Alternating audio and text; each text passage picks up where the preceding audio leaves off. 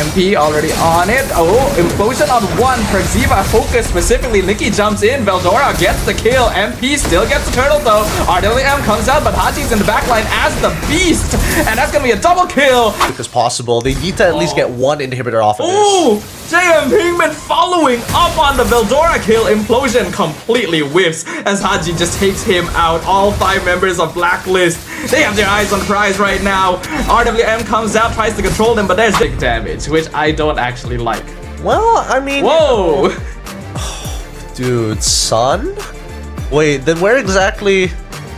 Huh. Blacklist would win when this match started, but now I really like EVOS' draft here. I kind of hope that it comes out on top because I just think it's really solid overall. And Blacklist with this joy is gonna put MP under a lot of pressure, but it could go either way here. This is now a best of 1 to decide whether it is Blacklist or EVOS that moves on into the LCQ. Loser goes home. Let's find out who comes out on top. Alright, MP gonna be starting on his orange buff, and on the opposite side, EVOS gonna do exactly the same. And at this point, contesting for Lethal Wanderer is gonna be a little dangerous here. Perxiva's gonna have a slight advantage with this early game power, but let's not forget, Veldora is on this side of the map. Look at how much damage Perxiva takes instantly. Veldora going for the concussive blast instead of Brave Smite here, so acting as that secondary tank. And I did notice Nikki went for Petrify Sun, so he fully intends to lean into the late game one-shot playstyle. He's a dirty little boy. He's a dirty little boy this time, trying to cheese out his opponents. I do want to see how it's going to play out. He is taking common emblems, and he's taking tenacity as well as hybrid defense. It does some pretty decent poke overall, and that's all he really wants to. He wants to be able to have a decent laning phase while still being able to scale. I am curious to see whether or not EVOS Esports are going to play a more split push heavy style of play, because again, in these team fights, I don't think Nikki's going to get much value. Well, engages with the blade surge, but Blacklist has more burst right now, and MP runs straight into the tower, picks up the first blood and the double kill on EVOS before the 2-minute mark. What was the plan? They knew that Blacklist was rotating off from the top side of the map? Alright. I mean, if Tommy dies here as well, this is just going to be extremely sad, but they've lost so much space for that. This first turtle pretty much uncontestable at this point of time.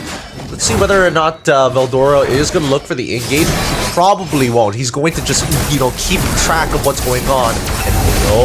And never mind, he is engaging. Vengeance comes out, already dropping Haji to half HP. MP gets the turtle, but Veldora is just too far away from the rest of EVOS. They cannot back him up, and he goes down the Blacklist. Is nobody counting the timing? Is nobody... I mean, I feel like Annabelle is calling like, hey, we can contest for this. He's already moving towards his purple buff and will, you know, sacrifice actually taking it straight away to run over to Turtle's side of the map, but he needs to give a countdown at least to kind of work with Veldora to have a better timing of the engagement. If they're too late and they've taken away that Turtle, then sure, you can start backing off, go back to your buffs, go back to your lanes. Nobody loses tempo at least.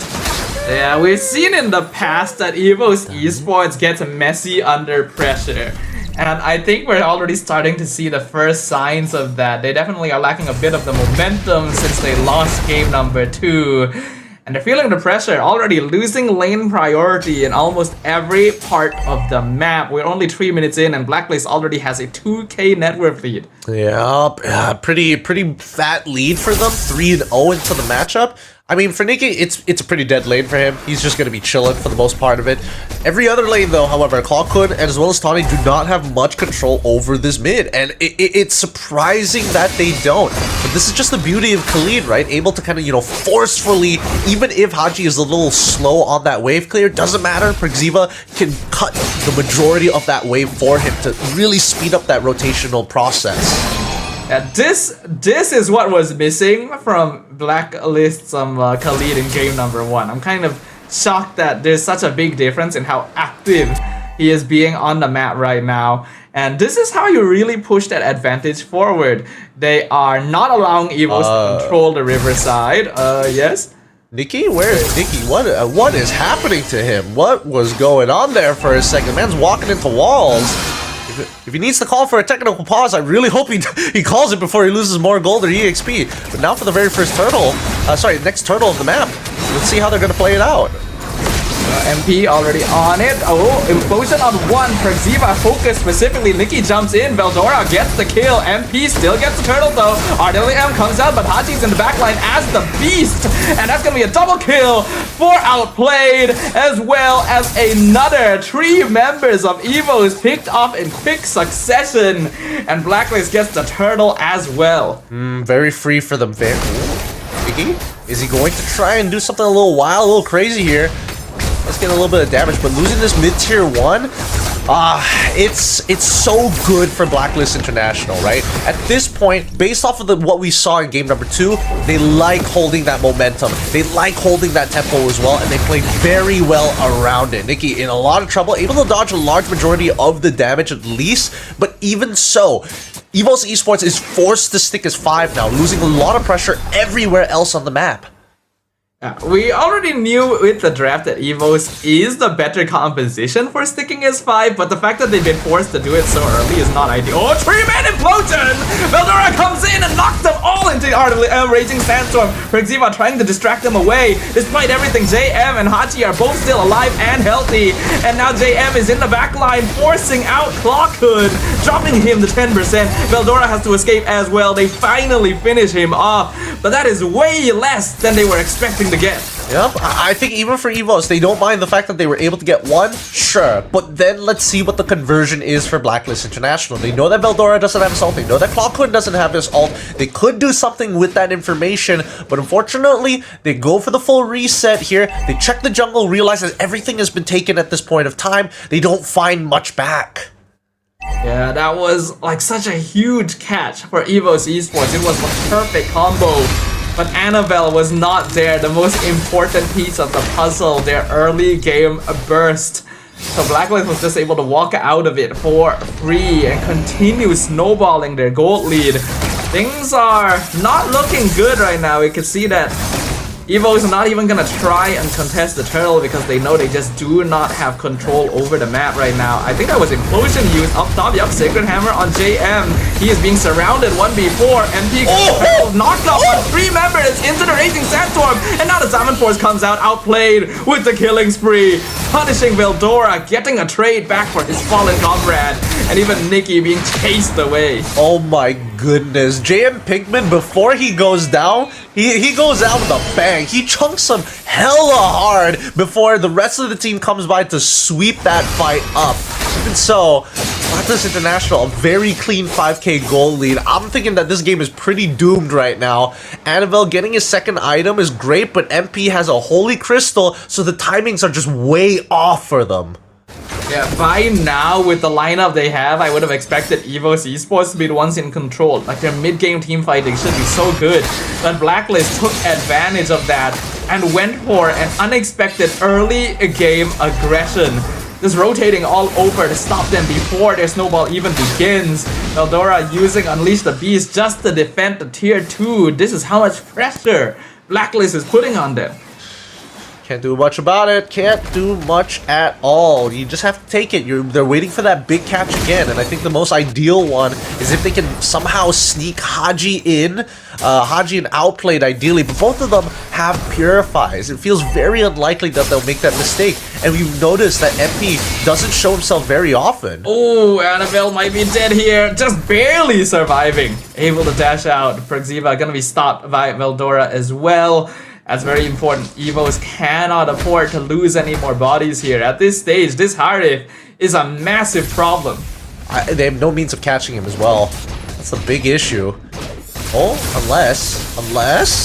Outplayed commits the Salmon Force, targets the doppelganger, unlucky. Nikki still running away. The rest of Blacklist coming in to back him up, petrified to stop MP. Not for long though, killing spree for the joy as the monkey gets taken out.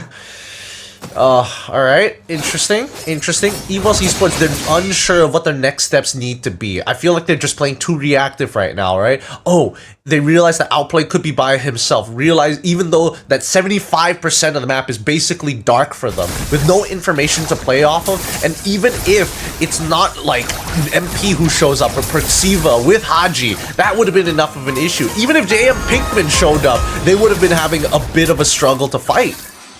And they just don't have enough damage right now. They're so behind on itemization. Outplayed has Holy Crystal before the 10-minute mark. That's how you know this is a huge problem for EVOS. I'm pretty sure Nikki not even close to that third item yet. And already they have to play so defensively. This is a lineup that should be able to control the map, should be able to control teamfights so well. And Blacklist has just stopped them from being able to play it at all. Yep, and again, this just goes to show how important priority is in a lane. With lane priority, your team can do a lot of things a lot faster than your opponents. You are able to make that first impact before your opponent can respond.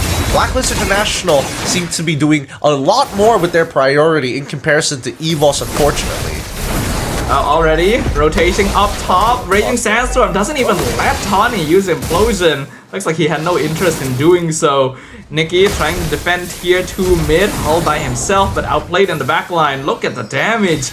Not even Veldora able to stand up to him. Yeah, it's pretty unwinnable right now. It's pretty unwinnable. The shielding will go down on the mid lane, but at least they can just start... Honestly, they can start sieging the bottom side of the map as quick as possible. They need to at least get one inhibitor off of this. Oh! JM Pinkman following up on the Veldora kill. Implosion completely whiffs as Haji just takes him out. All 5 members of Blacklist, they have their eyes on the prize right now.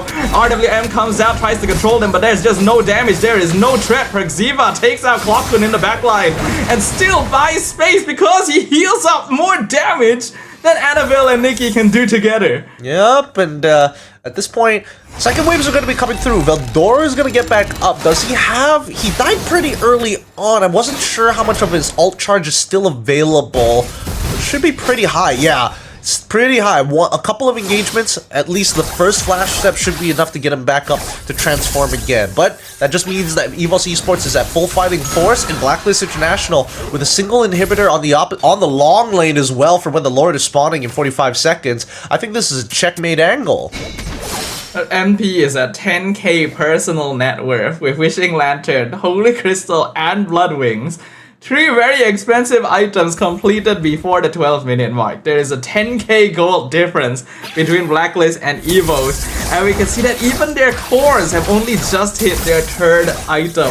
It is as GG as it could possibly be right now, and even if EVOS somehow get the miracle 5-man implosion into the full combo, I actually don't think they can end the game with it. No, they can't.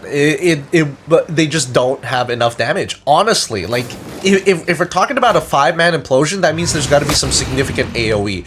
Annabelle, sure, maybe if he's at like 6, max war stacks, goes in, blade surges, does the full combination, I still don't think it's enough because Clockun just doesn't have his 2nd or even 3rd item. Maybe with a Wishing Lantern, possibly, Divine Glaive would be kind of nice here. But now they're looking for the initial catch-up. Pinkman. Implosion into Veldora. Nikki's coming in. RWM as well. Can they at least finish off Phobius? Yes, they will. But the rest of their team is now being dismantled as the Zaman Force just denies Clockun any attempt at escape. Nikki able to recall out. Tawny buying some time. Veldora being electrifying, beat down by MP. Blade Surge going to miss, and now Annabelle in some trouble as well. But MP will decide to back off just a little bit here. 3 members of EVOS just taken out in quick succession. All for Mr. Pinkman, making sure that this is trying to keep this. Oh, look at outplayed. Nah, he's too strong. I mean, they're all too strong. With the 10k gold lead, it's really difficult to lose the game from this point. You are just stat checking everybody. Nikki, even his damage is not really able to pet them Haji of all people. Oh. Look at Raging Sandstorm. Actually, really nice dodge by Nikki, but doesn't have much left. Zaman Force almost takes him out, and even Clockun as collateral nearly.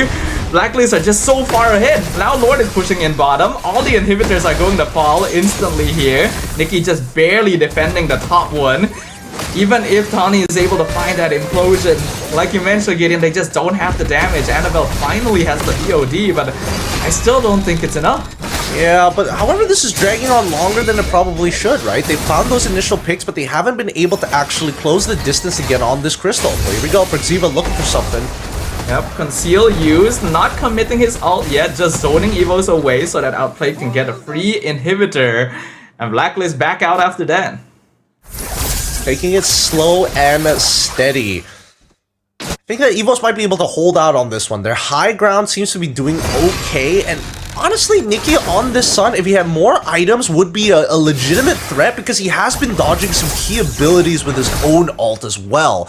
But in the meantime, it's still 14-5. It's still a pretty doomed scenario overall because of the way that they scale. And so, EVOS Esports, let's see how they're going to hold this out because eventually they're going to need the Sun to individually push out of his lane. Yeah, Nikki has a lot of pressure on his shoulders specifically right now because without him, the rest of EVOS just don't really do enough burst to remove problems like MP and Outplayed. And especially with a 13k deficit. Blacklist are still sitting very comfortably. Tawny trying to escort Nikki, giving him vision so that he's able to recall in time. Veldora is there as well. Looks like Blacklist will not overcommit to this, so the Sun is able to back up safely. Yeah, and Blacklist International are fully aware of what EVOS Esports is trying to do to try and kind of pull their attention away. And I think that Blacklist International, at this point, yes, they could try and stop EVOS Esports from pushing out to getting more gold, but inevitably, it's really hard to catch Nikki by himself in the first place. They gotta play for their objectives, look to close the game the traditional way with the power of the Lord. Yes, EVOS Esports' high ground is pretty decent, but if they can bait this fight here, they can do so much damage. 4 members of EVOS in the top jungle, Nikki at the bottom. Sacred Hammer used defensively as Praxiva alone is enough to zone multiple members. Even Outplayed is willing to walk into the push. Zaman Force drop down, they're targeting Veldora. Vengeance use, Implosion only catches one. Great dodge by Outplayed. And the RLM comes in and in the back line. 2-man raging down for Flicker. EVOS is completely locked down. And now Nikki is the only one left standing. JM will be assigned to make sure he cannot go home because EVOS are about to send them there themselves. Blacklist International in full control. They're just gonna recall spam in front of the base. They know it is over. And even MP getting the godlike at the very end. Blacklist International take the victory and move on to the last chance qualifiers. Great stuff coming in from Blacklist International. It's very clear what exactly they wanted to do with the team. More importantly, at least they're looking a lot sharper. They know how to play with their tempo.